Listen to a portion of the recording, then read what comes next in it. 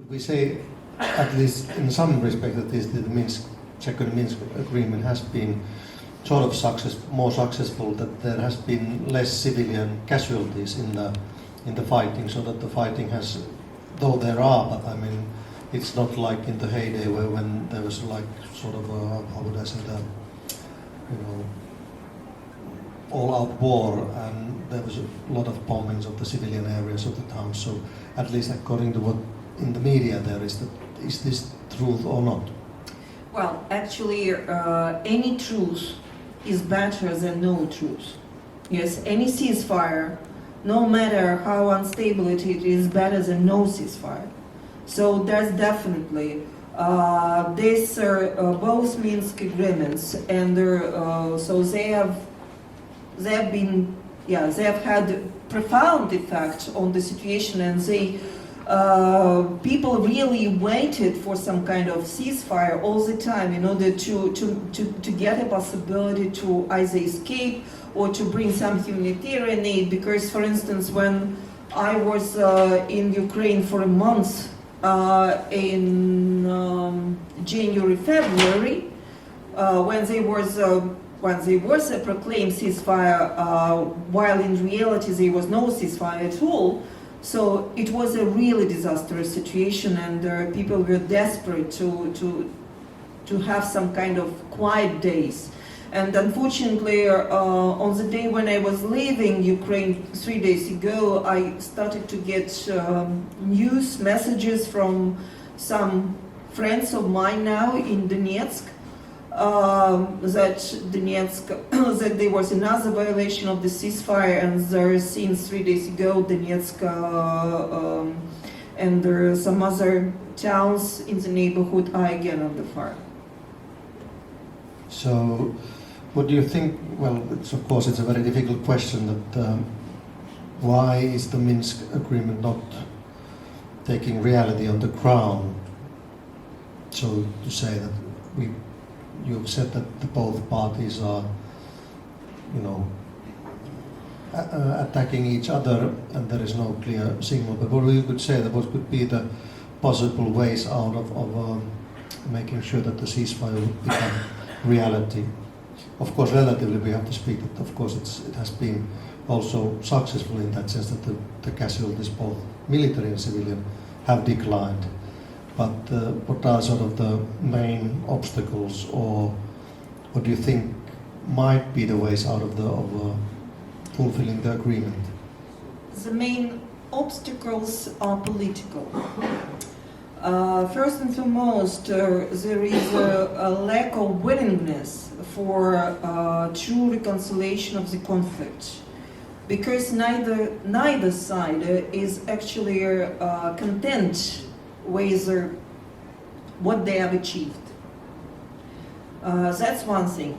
Another thing is from the Ukrainian side, this is a huge problem of lack of full control over various armed groups, especially over so-called volunteer formations. Another problem is lack of trust, while also from the Ukrainian side, lack of trust of commanders of different military units to the government, to President Poroshenko personally. At the same time,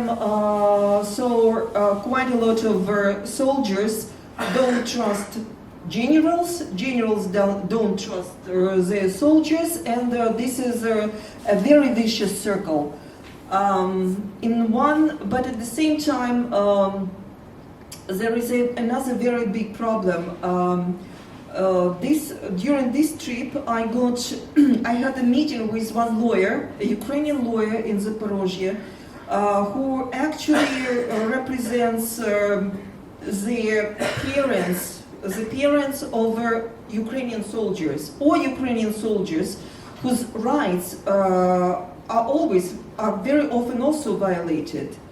And in one case, she represents a 45-year-old senior lieutenant who actually volunteered for the army.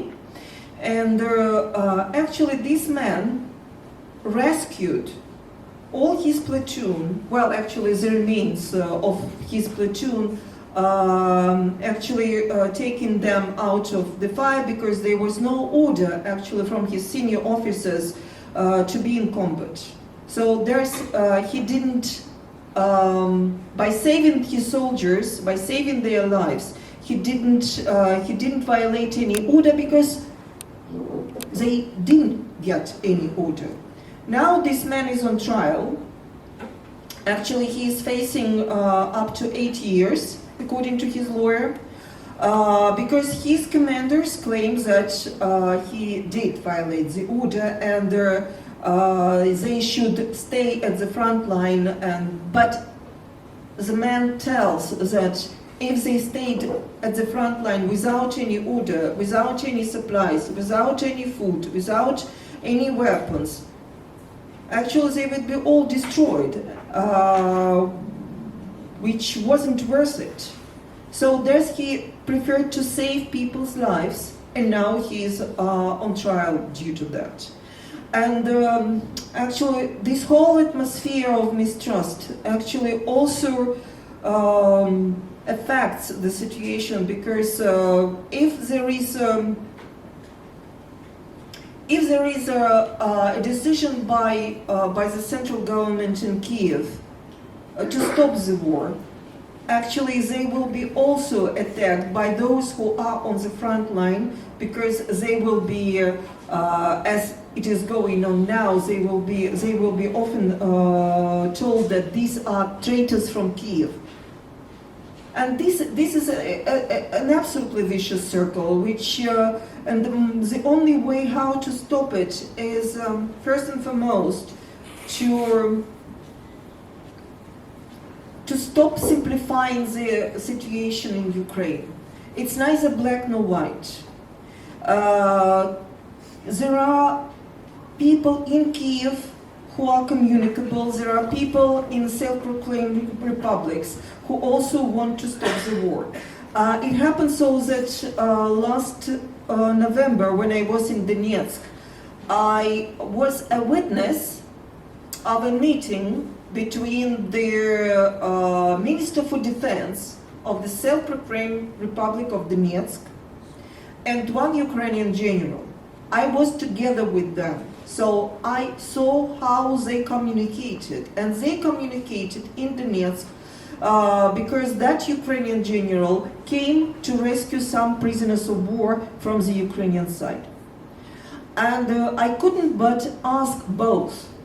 I told them, excuse me, I can see that you do communicate. I do see that you understand each other. I do see that you are able to seek for some kind of solution, and you do find some solution. And it was the Ukrainian general who responded, and it was November last year, he told me, and he finger pointed at his, so to say, partner on mediation. If it was in our hands, we would have stopped it long ago. But unfortunately, we have politicians on both sides, and they are the main problem.